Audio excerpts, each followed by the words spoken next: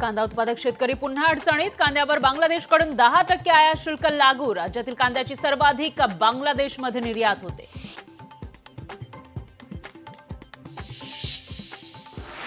मुंबईत प्रदूषणामुळे 33 बांधकामं बंद। 477 प्रदूषणकारी प्रकल्पांना म्हाडाकडून नोटीस। नियमांचे पालन केल्यानंतरच बांधकामांना परवानगी दिली जाणार।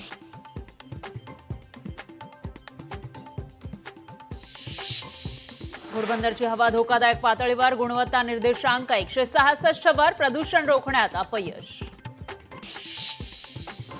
अपघात रोखण्यासाठी एसटी महामंडळाकडून चालक वाहकांना तणावमुक्त ठेवण्याची योजना, पण मुंबईमध्ये एसटीला समुपदेशक मिळेना।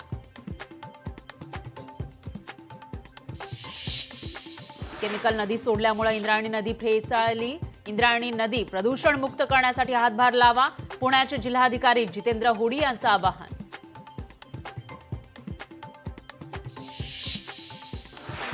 विमान प्रवाशांची संख्या 5 कोटींवर। 2024 मध्ये छत्रपती शिवाजी महाराज आंतरराष्ट्रीय विमानतळावरून प्रवास करणाऱ्या प्रवाशांची संख्या वाढली।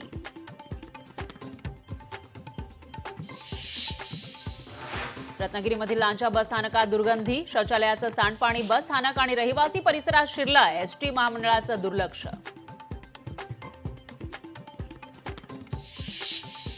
नवी मुंबईतील डॉक्टर डी.वाय. पाटील स्टेडियममध्ये कोल्ड प्ले कार्यक्रम। शनिवार आणि रविवारी कार्यक्रम होणार।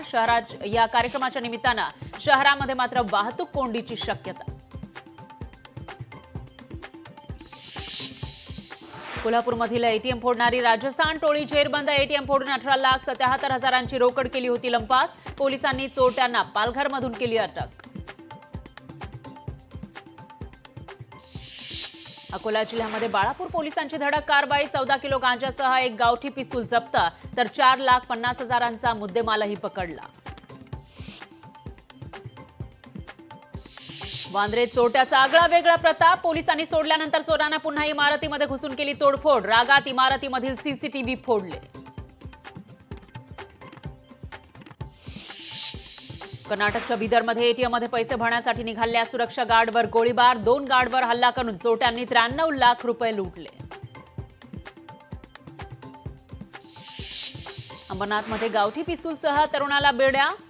बीएमसी कंपनी भागामध्ये पिस्तूल विकण्यासाठी आला होता तरुण। अंबरनाथ पश्चिम पोलिसांनी सापळा रचून केली अटक।